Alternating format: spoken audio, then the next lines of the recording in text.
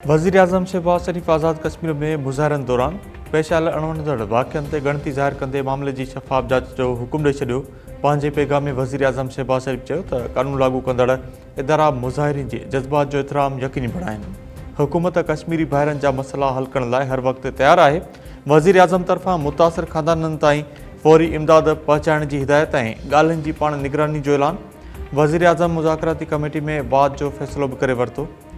Committee में senator Rana Sanaullah, वफ़ाक़ी वज़ीर सरदार यूसुफ, एहसन इक़बाल आज़ाद जम्मू ऐं कश्मीर जो अॻूणो सदर मसूद खान ऐं कमर ज़मान कायरा शामिल। वज़ीर-ए-आज़म हिदायत कई त कमेटी फ़ौरी तौर ते मुज़फ़राबाद पहुची मसइलनि जो जाइज़ो वठे ऐं पंहिंजी सिफ़ारिशूं तोड़े तजवीज़ूं फ़ौरी तौर वज़ीर-ए-आज़म ऑफ़िस ॾांहुं मोकिले। इसराइली फ़ौज गज़ा लाइ इमदाद खणी वेंदड़ आलमी क़ाफ़िले ग्लोबल समूद फ्लोटिला ते हमिलो करे केतिरा ई ॿेड़ा रोके छॾिया। स्वीडन जे मशहूरु माहौलियाती कारकुन ग्रेटा थंबर्ग ऐं पाकिस्तान जे अॻूणे सेनेटर मुश्ताक अहमद समेत केतिरनि ई माण्हुनि खे हिरासत में वरितो वियो।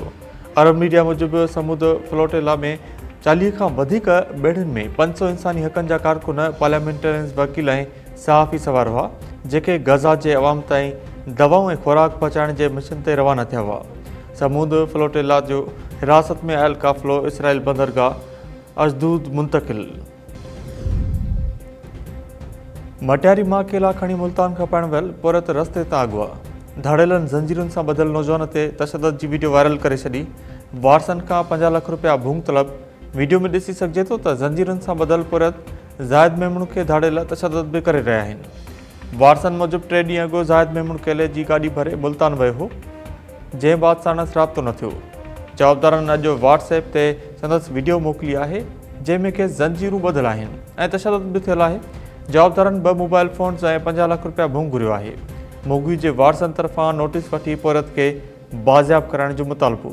अगवा क्या हूँ भाई, 50 लाख तो मोबाइल, इनकी डिमांड पूरी करो, ये मेरे को मार रहे हैं, इनकी डिमांड पूरी करो, मेहरबानी करो, मेरी जान छुड़ाओ। भाईजान जितना जल्दी हो सके इनको जल्दी का काम करके दो, ये मेरे को मार रहे हैं, मेहरबानी करो, जितना भी जल्दी हो सके आज के दिन ही मेरी जान छुड़ाओ।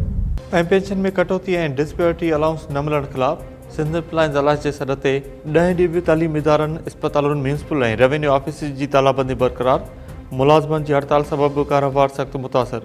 ठट्टो, हैदराबाद, कोटड़ी, मटियारी, खैबर ऐं उॾेरोलाल में सरकारी मुलाज़िम कम छॾे हड़ताल करे रस्तनि ते निकिरी आया।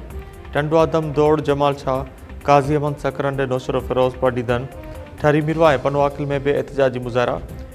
कंदकोट, कश्मोर, शदादकोट, मीरो खान, कंबर ऐं वगड़ में ऑफिसिस तोड़े स्कूल जी तालाबंदी। लाड़काणो, डोकरी, मेहड़ ऐं दादू में बि एहतिजाज। उमरकोट, कुंडरी, कलोई ऐं डिगड़ी में कॉलेजिस ऐं स्कूल जी तालाबंदी सबबि शागिर्दनि तोड़े शागिर्दाणियुनि जी तालीम मुतासिर।